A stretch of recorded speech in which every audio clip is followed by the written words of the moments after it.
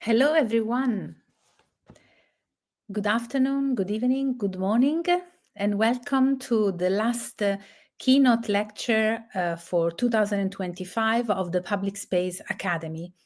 This is Luisa Bravo, the founder and director of the Public Space Academy.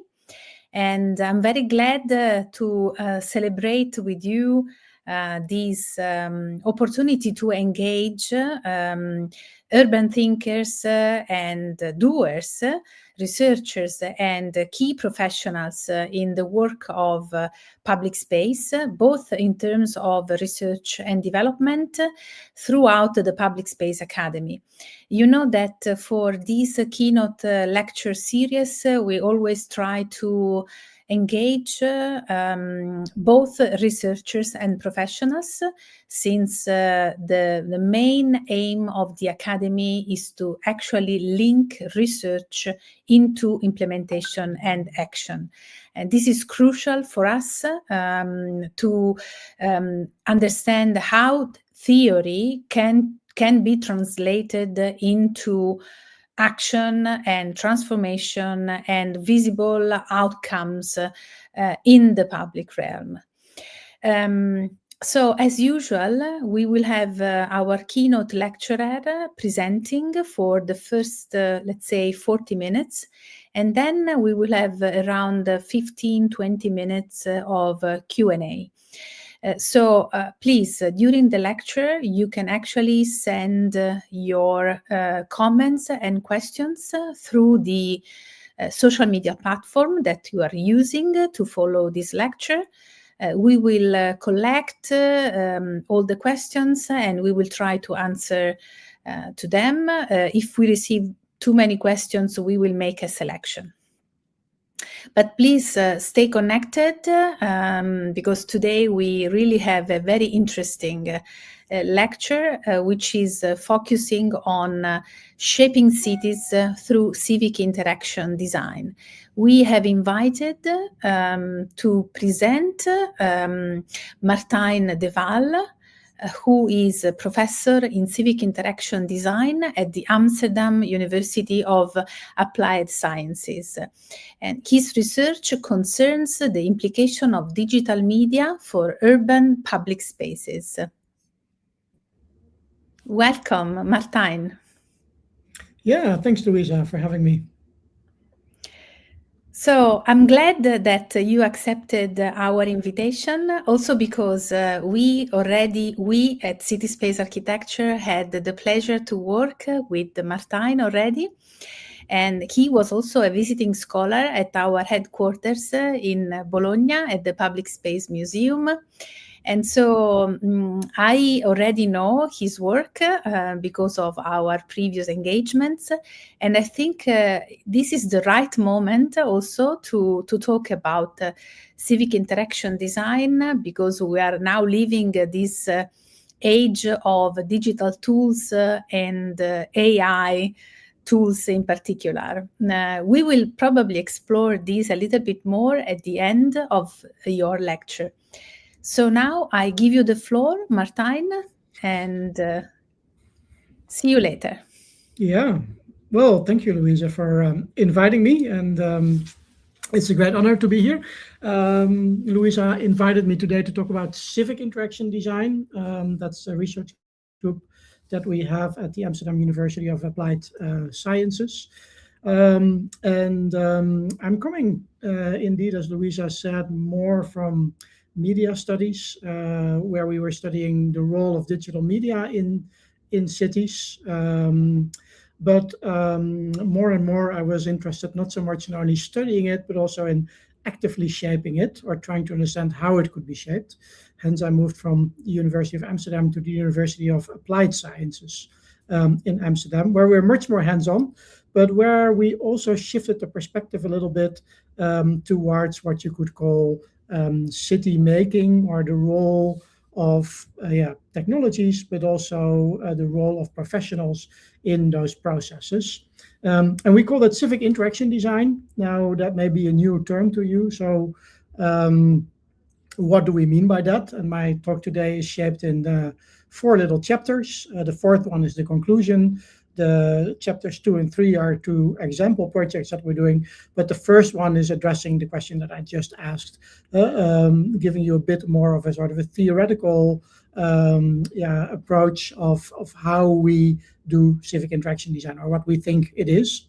And for this, we often fall back on this definition that was made by Gordon and Muger about 5 years ago, writing civic interaction design is about creating opportunities to interact, form alliances, generate shared interest, and care for matters of public concern.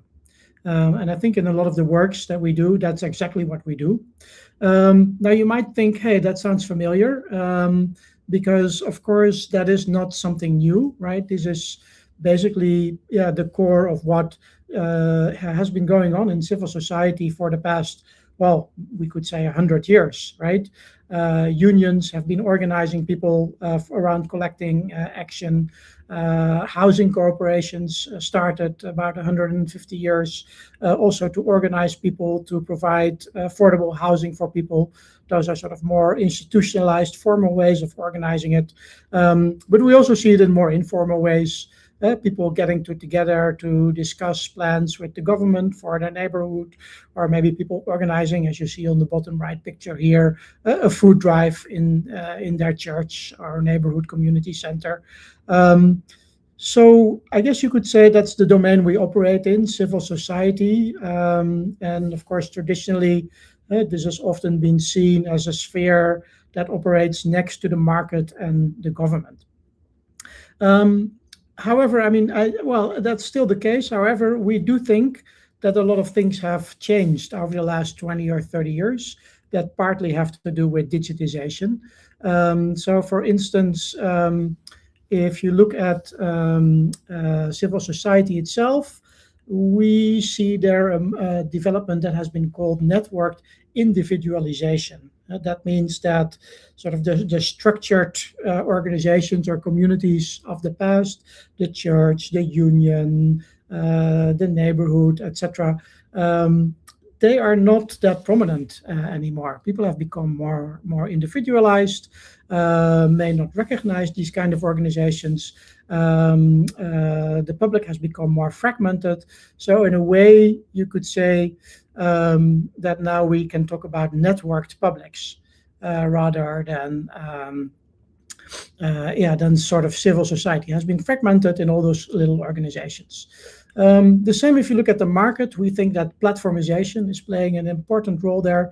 Big tech is becoming a bigger and bigger part of our cities, organizing life through platforms, Uber and Airbnb, of course, being the most prominent examples, but also in the background of the smart city technologies.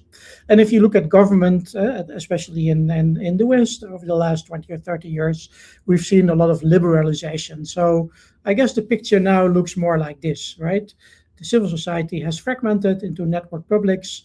The market has become a lot more important, and big tech plays a little role in there, and government plays, kind of a smaller role than it used to do. And we see sort of civic interaction design, as a space sort of in between there, where we come in, and what we do is a number of things. So on the first part, you could say what we are doing is a form of what we call coalitioning. So we look at the citizens and the collectives that are out there. For instance, people that are working on the energy transitions, or people that living in a neighborhood and want to improve upon their public space, etc. Sometimes they're individuals, sometimes they are already organized. And one of the things that civic design or civic interaction design can do is actually building tools and platforms for those people to come together, and not only come together, but also interact maybe with the market and the government to realize their goals. What we do with them is also imagining. So trying to imagine what is the future of the city, what is the future of the community that they want to realize, looking at alternative futures rather than the one that's just being presented at us. Infrastructuring is building the tools and the infrastructures that are necessary to bring that out. And lastly, an important part is also what we call institutioning. That means that sometimes in order to change something in society, you also need to change the current institutions or the current laws that are there. For instance, I already gave the examples of energy communities, group that we've worked with in the past. They want to produce renewable energy in a network type of organization, but often the current laws do not really support that, right? So our work is building a coalition with them, imagining what that future could be, maybe building an infrastructure like an app or a platform that could help them organize their organization or share energy, but also work together with governments to see how we can change the laws in order for it to allow this more durable way of producing energies. So looks like we're quite central. I think we also have to be a bit modest, right? Because the forces out there are quite big, the government, the market, the citizens, and other collectives. So it's not that we are, the whole world is going to be safe because we're here now, but we do like that we play a role in all that by our particular approach. And what is that approach? And I want to highlight four key concepts that we use when we do our work. The first one is civics itself, right? I just described civics or civil society as a sphere that exists maybe sort of next to or partly overlapping with market and governments. We see civics more maybe than a sphere as an orientation to society. And what we mean by that is that it's a particular ethos or a particular way of understanding what's important in society that we try to realize in our designs. And this orientation to society is based on what we call relationality, or as I put it here in this definition, an orientation to society in which we recognize our entanglement with others and the world and take shared responsibility. So the idea is that in a society, citizens are not just individuals, they're always related in relation to the world around them, other people and the natural world, and together they have a shared responsibility for shaping that world. Doesn't mean that that is always harmonious. People are different, they have different background, different ideas, so there will be disagreement, and that's fine, right?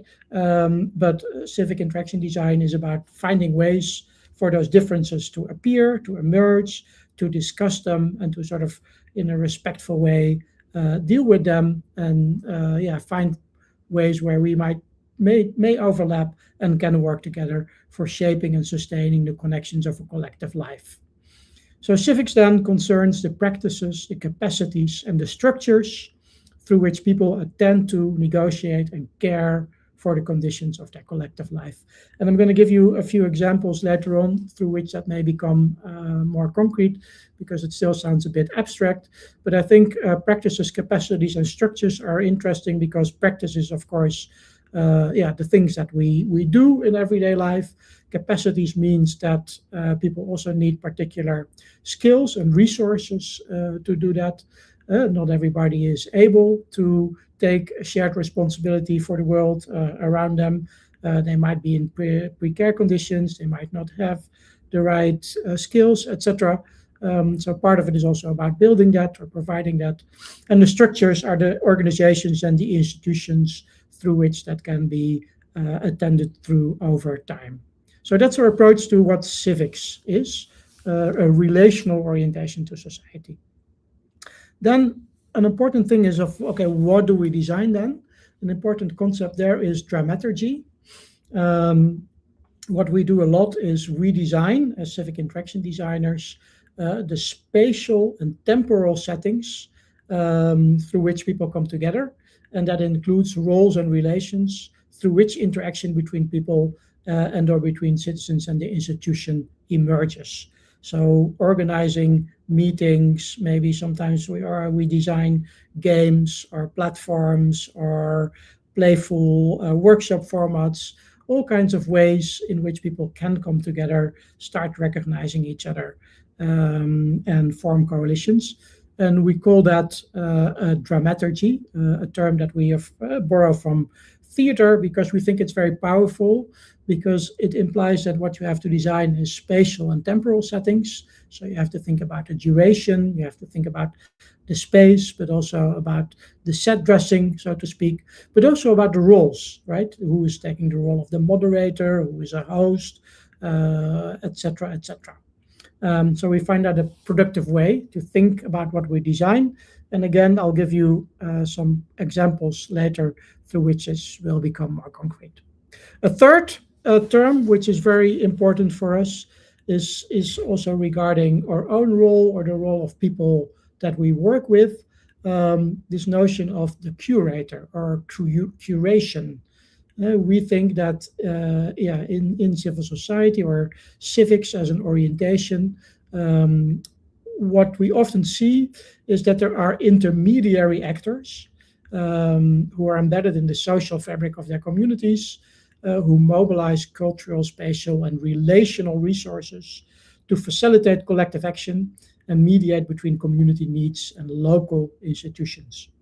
So what we mean by this is that, again, if we look at those energy communities that I just mentioned, we often see that there is some people, and sometimes they're architects, sometimes they're designers, sometimes they're local citizens with a professional background in the energy domain, who operate as what we call curators, the people who weave relationships, who put the issue on the agenda, who build the coalition. And we think in civics, this relational work is key and is very central. And the last term, of course, in relation also to this lecture series that I want to highlight, is this notion of public space. So I think if you take the former three concepts, then public space is where they all come together, right? Public space as the physical and online spaces in which exchanges between people take place, various perspectives can be experienced, trust can be built, and publics take form, right? And yeah, the dramaturgy is the way that you enact or program a public space, and the curator is the person behind the scenes who sort of all organizes that. To give you just a very brief speaking example, this is a work of media architecture that was put up a few years ago by a Canadian group called Moment Factory, and it's called Urban Megaphone. Now here we see a public space, and I hope you can see it, but in the middle of the picture there is a little podium, and that podium has a megaphone. And if you speak something in that megaphone, some of the keywords of what you're saying are being projected on the building on the right. So the words that you see there, they're in French because it was done in Montreal in Canada, are some of the things that people said. And I think this is an interesting example of a dramaturgy, right? It has a particular duration and a particular time and space. The space itself is organized in a way that is interesting and attractive. There is the large visualization on the building that attracts attention. There is the little stage below with the megaphone that you can start on. It has a beginning and an ending. And there are also particular roles, right? There is a host there, somebody from the artist collective who invites people up onto stage and sort of helps them, or maybe can give a good example. And for us, this is sort of an interesting way of thinking about civic interaction design, as in this term, sort of activating a public space for a public to emerge and have some sort of a public discussion. And again, what I also find interesting about this example is that, of course, the discussion is not really taking place on the projection, right? We just see a few keywords. The projection is in that way also designed as maybe a conversation piece, right? We see some keywords, but that may trigger some sort of conversations between the people in the crowd, also the people who are not on the stage, right? They can use some of the keywords and discuss amongst them what that could mean or what their position on that could be. So again, it's not about designing the full experience, but also leaving some openings for people to fill in the blanks, so to speak. So that's just this is just a project that lasts for an evening or maybe a week or in the context of a festival. But most of the projects that we're doing, they last longer. We like to invest in projects where we can be a partner for 1 or 2 years or possibly even longer. So what does civic interaction design look like in that concept? In that context? And this is where I'll get a lot more concrete. And to discuss that, I'm going to take you to a neighborhood in the northern part of Amsterdam. It's called Buiksloterham. And here we've worked with a group of local architects, designers, citizen collectives in the remaking of this neighborhood. If you look at this neighborhood, it's a so-called brownfield development. It's the northern part of Amsterdam. I don't know if any of you have been in Amsterdam, but it's just on the other side of the IJ River from the Amsterdam Central Station. So relatively close, but for a long time this was an industrial area, shipbuilding going on, for instance. But that has all moved abroad, and the area is now being redeveloped as a more residential area. So, for instance, this is what one of the sites looked like. And when they started to do the plans for this area, the government made a master plan. And one of the goals for this area was to really redevelop it in a way that was sustainable, with sustainable building materials, energy neutral, etc. So they come up with a master plan with a lot of these buildings like this, huge buildings, energy neutral, fancy architecture, etc. However, this was about 10 or 15 years ago, and right after they produced all these plans, the financial crisis hit. So all these plans, they fell in the water, couldn't be realized, and the question was, what are we going to do with this area? There was all of a sudden an area in need of redevelopment, but no developers. And then what happened was that a lot of architects and designers, some of them who were already active in the area, said, well, what if we develop this area, but more in a bottom-up way? So not through big developments, but really working with the future residents and really working from the goals that the government has set, which was sustainability, and which this group of people turned into the ambition to develop this area as a circular environment. And out of the crisis, actually, a number of initiatives emerged that just started doing that. Sometimes because there was some sort of a question by the government to start doing that, and sometimes they did it unsolicited.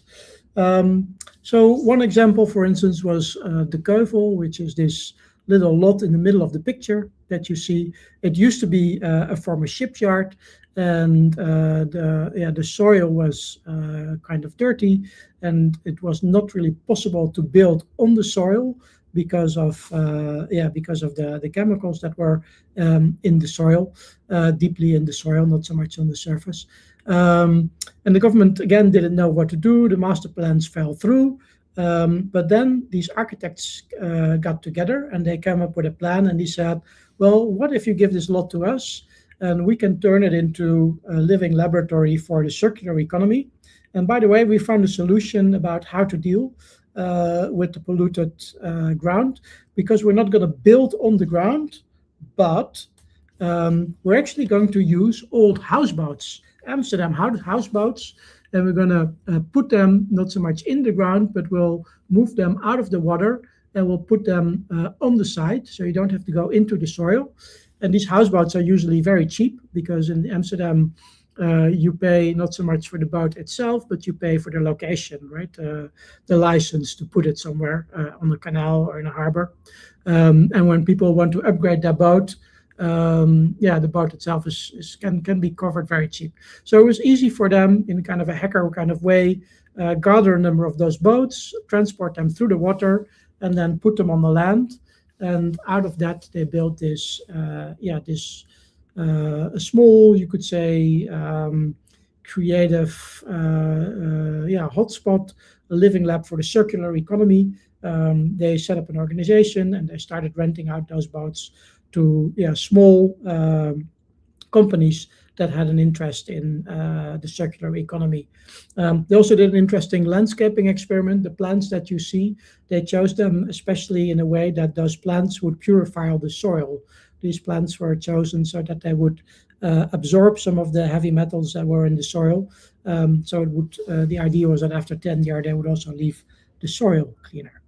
Now, what was interesting was that this really got a lot of attention from media from around the world, from the New York Times to newspapers in Korea. And this ambition of sort of this bottom-up enabled circular economy really got a lot of traction because of the media attention that it also generated.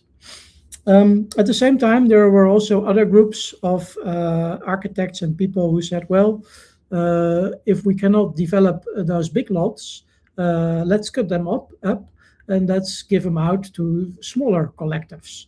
And some architects started to organize people in what they called building groups.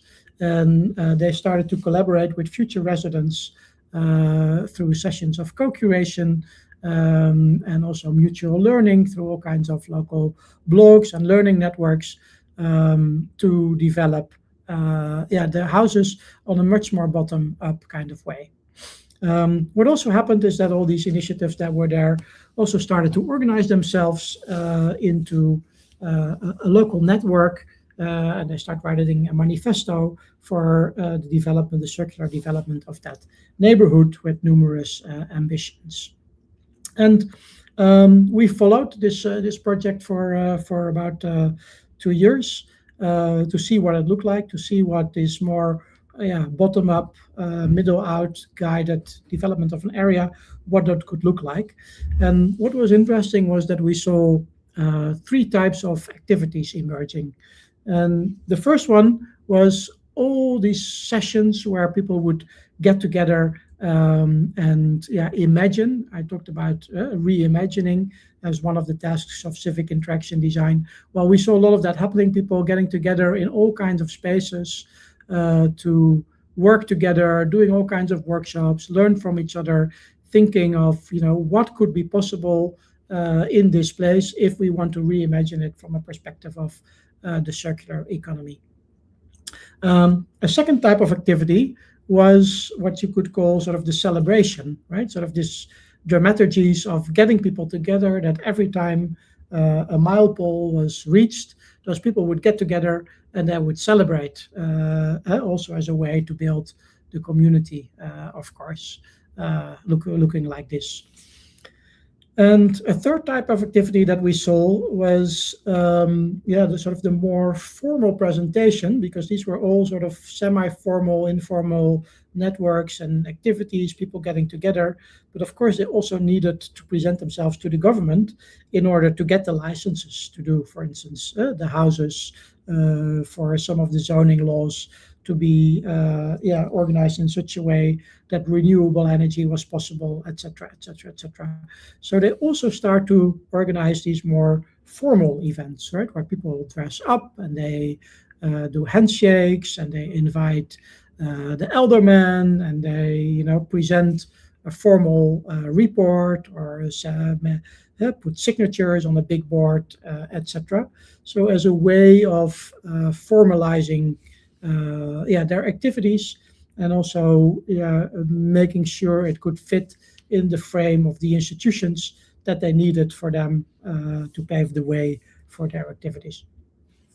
What we did with our research project was a few things. On the first hand, we tried to understand these dynamics, and then we also designed some dramaturgies ourselves through which this collaboration could emerge. First, let's have a look at sort of how we started to understand this way of working, of area development, which I think is really key to civics and civic interaction in the way that we approach things. So on the one hand, what we were seeing was we were seeing that individuals were organizing themselves into collectives, right? Groups of people who wanted to build a house together.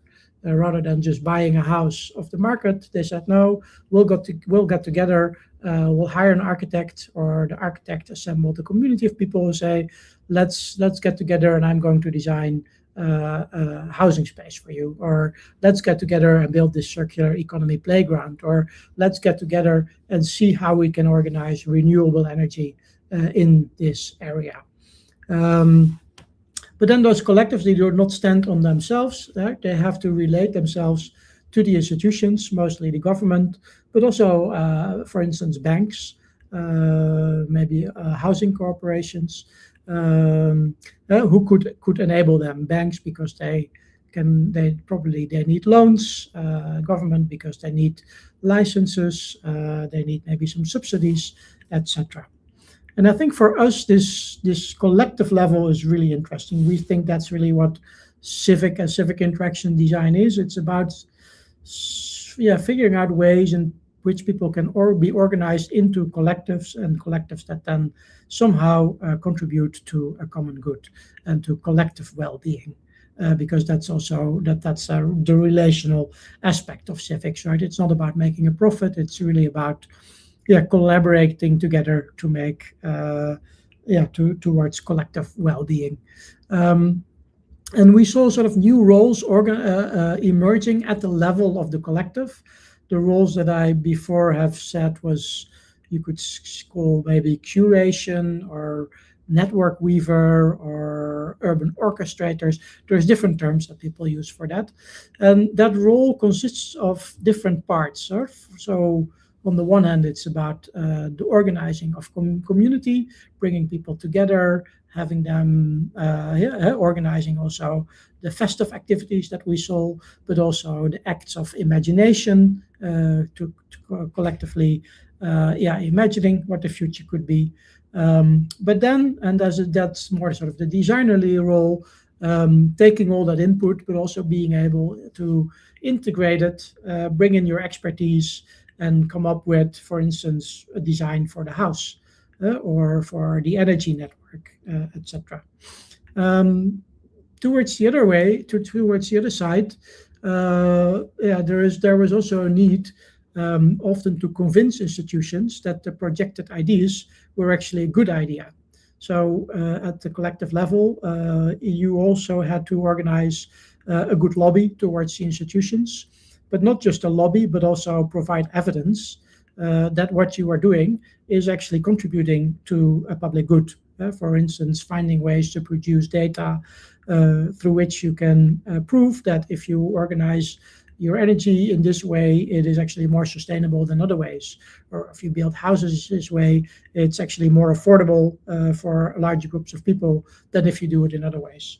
And we also found the other way around, the bottom right, that is, that often those architects and designers that were involved were often sometimes asked by the institutions that, okay, if you think that is a good idea, help us to shape policies, or the other way around. Sometimes an institution has a particular policy and they do sort of open calls for projects. And also there, the role would be then to see if the collective can be sort of molded into that call. And what we're saying on the central level, on the level of the collective, this notion of dramaturgy is very important. These events or moments when groups of people get together, where sort of common understanding emerges, where agendas are built. And we started to call that the role of urban curators.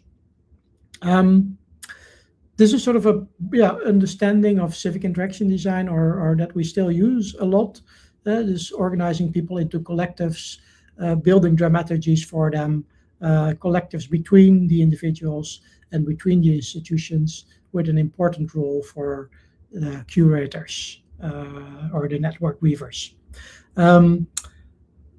But we also didn't only do this on a more abstract level. We also tried to invent or design some of those dramaturgy ourselves, right? What does it mean to enable such a collective?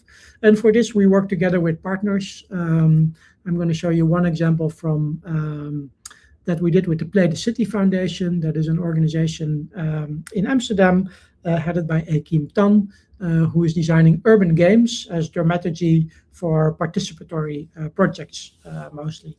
And with them, we also organized an event in Buiksloterham, a dramaturgy in which people would get together to reimagine their neighborhood, but also to start learning about each other, forging the networks, and enabling learning and exchange between people.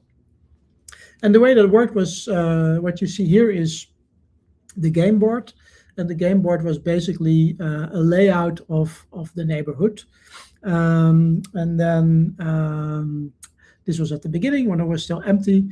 People could be assigned roles. So they could be assigned the role of a project developer or the government or a resident or an energy collective president, etc., etc. And they could be given a mission that they had to realize through a number of rounds. And then there was a catalog of all kinds of buildings that they could build and could develop and that they could put on the map. So here you see an iteration after a few rounds in which we played. You see all these kind of buildings started to emerge. So there is a school on the left. There is a building block for houses. There is some collective co-housing. There are some offices, etc., etc. And basically, there are two ways you could organize this game. One is sort of a free play mode. So you just ask people, what is it that you want to build? So people play themselves. You invite them to come there and they start building what they want. Of course, they have restrictions because they were given, for instance, a particular budget, or they have to deal with particular rules or regulations.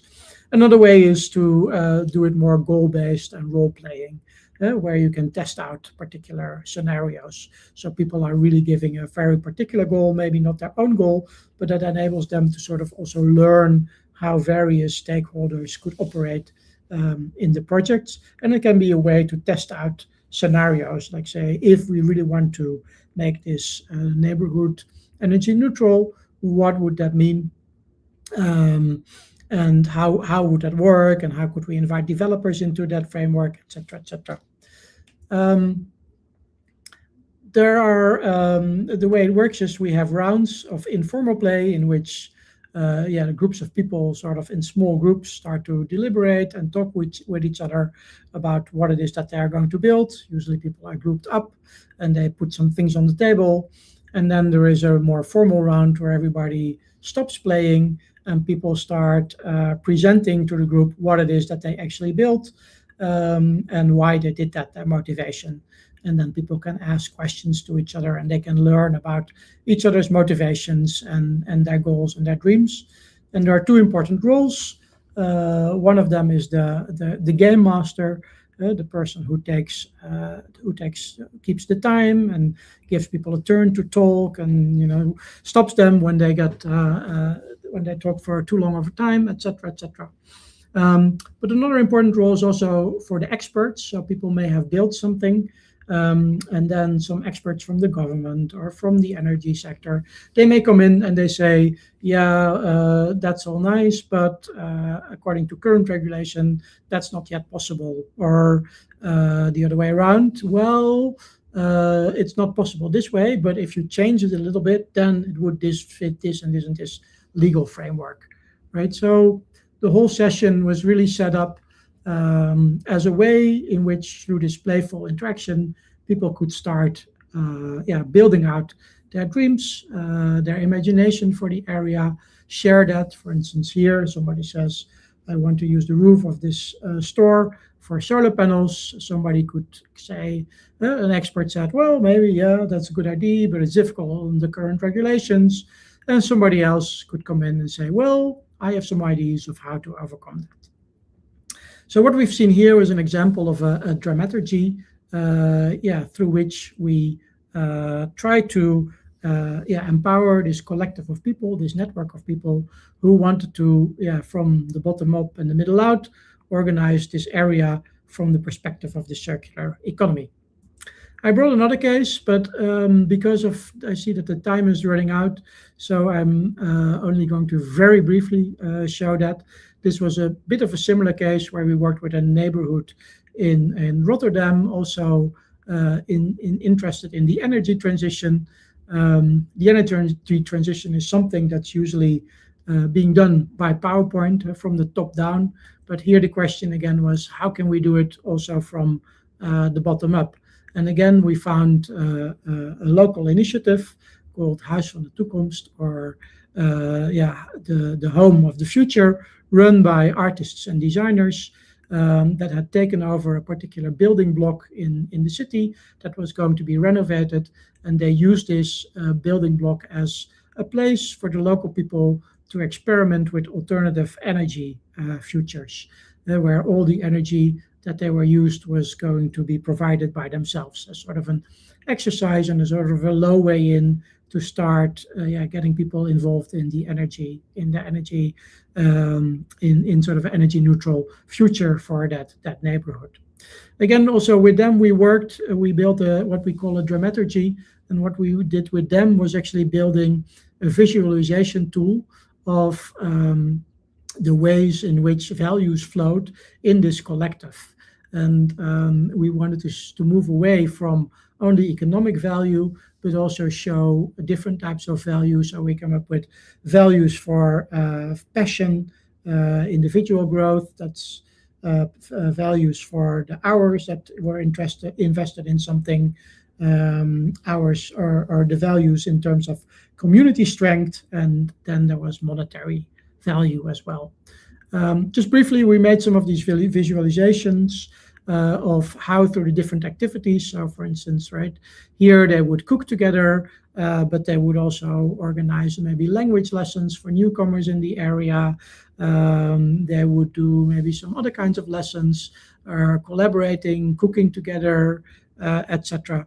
And through all those activities, value in the community started to flow. Like people would learn new skills, people would get to know each other, etc., etc. And we made this visible so that people also understood themselves as part of something bigger, right? Sort of that really helped them to understand the collectives that they were part of as something bigger than just an individual action or an individual moment. And it also really helped the organization that was doing this to also better understand what their value was. Like all those activities were organized by a group of artists. The urban curators that is in the middle of this diagram, and we helped them also understand all the important things again that they were doing in that neighborhood, such as testing futures, agenda setting, mutual learning, coalition forming, providing agency, and again, sort of between the individual level and the collective level, presenting also the results to the local government and inviting them in, for instance. That's what I wanted to say. A brief conclusion that if we do civic interaction design, we enable collectives around important issues of concern. And in this, we find it very important to recognize this level of the collectives between the individuals and the institutions. And we think design can really play an important role there in the sense of coming up with playful dramaturgies as trusted and safe civic spaces of encounter, trust building, negotiation, peer support, community building, collective action. We think that there is an important role, and this is also a design role, you could say, for professionals or citizen professionals or civic organizations as curators, facilitators, intermediaries at that collective level. And we think that public space plays a really important part in all of this as the activated sites where these encounters take place. That's what I had to say today. Thank you for your attention, and I'm looking forward to your questions. Thank you very much. Thank you very much, Martijn, for your lecture. Very, very interesting the way you actually present public space in this way of addressing civics and also prioritizing relations over transactions. You also talk about individual and collective, which is always extremely relevant when we talk about public space, especially because nowadays technology is pulling us apart in a way, but you are instead presenting ways, also playful ways, in which people can come together through technology. So I'm interested because you showed several pictures with a group of people interacting, playing. So what kind of people are usually participating in these activities that you develop? I mean, do you just have let's say experienced people also in the use of technology, or let's say professionals, or you have let's say common people that are just so curious to come, join, attend, talk? So because engagement is one of the key components of public space. So Yes, exactly. you always need to have some kind of strategies for engagement. Yeah, and I think the two projects that I showed you, the last one, of course, very briefly, but there are a bit of the two opposite ends of sort of who joins. So the first project that I showed for a long time, I would say that was really a bit more well-educated people who saw an opportunity to realize some ambitions regarding the circular economy. Because of the crisis, actually, the crisis created opportunity. Mostly professionals who led the way, and then organizing people around them, future residents as well. But still, the houses that were developed there, most of them were for the market, so not social housing so much. Although later on, also housing cooperatives have been developed in this way, which is sort of a more way to also organize affordable houses. If you look at the second example, that was done in Bospolder Tussendijken, an area in Rotterdam, which is sometimes called a bit more of a disadvantaged neighborhood. So it's lots of social housing, lots of migrants or people with a migrant background are living there. And there in the activities of that house of the Huis van de Toekomst or House of the Future is organizing is also really geared at those people, right? So it's really about cooking meals together, organizing language classes for newcomers, etc., etc. And I think in both cases, what is important, and also in some of the other projects that we do, that it's not us who come in, landing in our UFO and saying, okay, let's do some participation, and let's do some co-creation, and then we disappear. But it's really us working with organizations that are in that neighborhood already for years, right? Because I think that really civic interaction design and the building of publics, you need to be in it for the long haul. So we, as a research group, we are more geared towards the professionals who organize the collectives, but they have been building long-term relations with the local people and populations, and we help them sort of in the design of maybe the tools or the reflection on their roles, and develop that further. And what about young people? I mean, do you experience an interest in these kind of engagement strategies of young people to be part of these participation activities, or just to learn? Or to be together with this group of people? Yeah, well, again, it depends. We're also working here in Amsterdam, in the western part of Amsterdam, with a local design agency called The Beach. They've also been there for 10 or 20 years in that neighborhood. And they also organize activities which are specifically for well, maybe not children, but for young adults, organizing sort of collaborative design activities for them as part of something which is fun, but something which also helps them learn new skills, improve or tighten their networks, their connection with the neighborhood. So it really depends from project to project. And at the beginning of this lecture, I mentioned the use of AI because you work on technology, new technologies. I'm wondering if you have already experienced some AI tools, or maybe you are thinking about using AI for future projects. Yeah, I mean, we're not so much technological developers ourselves. We like to think of ourselves as design researchers, which means that we really look at the people, the context, and come up with ways of the dramaturgies, for instance, is an important aspect for us. And we do that both offline in the examples that I gave, but also online. So in another research project of us is about the design of online digital platforms in which patient organizations in the mental health sphere, for instance, in which people can come together and give each other peer support. So that's building online dramaturgies. There will be some algorithms there once we get further in the way that, each digital platform, of course, has some form of algorithm that organizes the content. But we also organize dramaturgies, if you want to use that term again, around AI. For instance, an important project that we're doing right now for us is working with the city of Amsterdam about the implementation of AI in public space.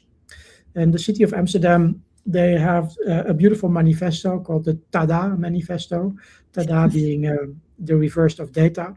And in this manifesto, they write that if we're going to do smart city technologies and big data, whatever, we want it to be responsible and inclusive, and all the sort of the responsible words are there. But that's very abstract, right? That's very easy to write down. And I'm not saying that they don't mean it, because they do.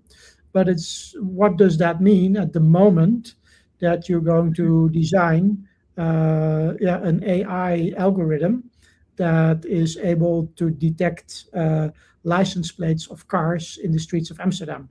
Right, in Amsterdam, we have a scan car. Those are cars that drive around and they scan all the license plates, and then they see if people paid for their parking or not, and they can give out tickets. The government wants to use that kind of mobile data collection units also for other kinds of to collect other kinds of data. And they invited us to say, okay, if we want to do that, if we want to develop those technologies, and we do that according to those principles, how do we do that? What does transparency mean? When is it transparent enough? How does transparency relate to privacy? What if those values are bumping into each other? So for them, we organized, like you could say, a design process through which they can articulate those values, translate those values into design, but then also, very important, evaluate the designs. Because we think that the design of technology is somewhat different from the way that you may order a chair or a desk if you're at the government, because what you design, you cannot really predict what it's going to be. And technology is always in development, so the process is never finished. So rather than say, okay, this is what we want, and now we're going to ask somebody who builds it, we say that, well, in that whole process, you really have to keep engaged in discussions with citizens about the way that it is affecting them also after its implementation. And that means that after a while, you might want to reevaluate the values and the way they are articulated in a design. Well, I like very much the fact that you highlight design as a major umbrella term, let's say, where you put all your activities which are covering different fields and different activities. But do you think that in this way of designing, there should be also, in relation to the use of technology, some kind of ethics, because you talk also about value, and now this idea of sharing data is also exposing a lot of questions in regard of privacy, as you mentioned. So as designers, we should be concerned about this, and so also have a kind of ethics or behavior that is preventing every misuse or unexpected outcomes. Yeah, no, exactly. I mean, that's exactly what that project is about, right? And the point that I was trying to make is that plays at two levels. It plays at the moment that you start designing it, so the design of the tool itself. You have to really think of, okay, what does privacy mean in when I start designing this image recognition system for public space? And that could also mean that you could say, well, maybe I don't want to design it at all because it cannot be done in an ethical way.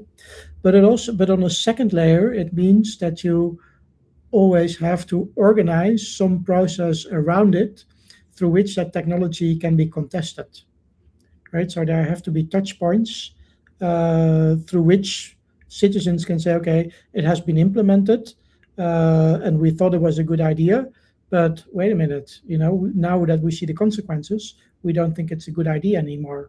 Or maybe, things have shifted, values may have shifted, or practices may have shifted. So it's not just about the design of the thing, but also of the design of a process around it in which you can continuously evaluate it in the light of the values that you've set out. Yes, very important these days to have such clear objectives in the design practice. It's very, very relevant. So I don't see any questions here in the chat box. So I hope our audience is enjoying this conversation. Maybe I can already anticipate that we're planning a workshop in the spring in Amsterdam, in collaboration with the Amsterdam University of Applied Sciences and with Martijn and his research group on civic interaction design. So being in person in Amsterdam will be an opportunity to have a close connection with your research group and to know a little bit more regarding your work, and maybe also make some of these engagement activities that you just described today during this lecture.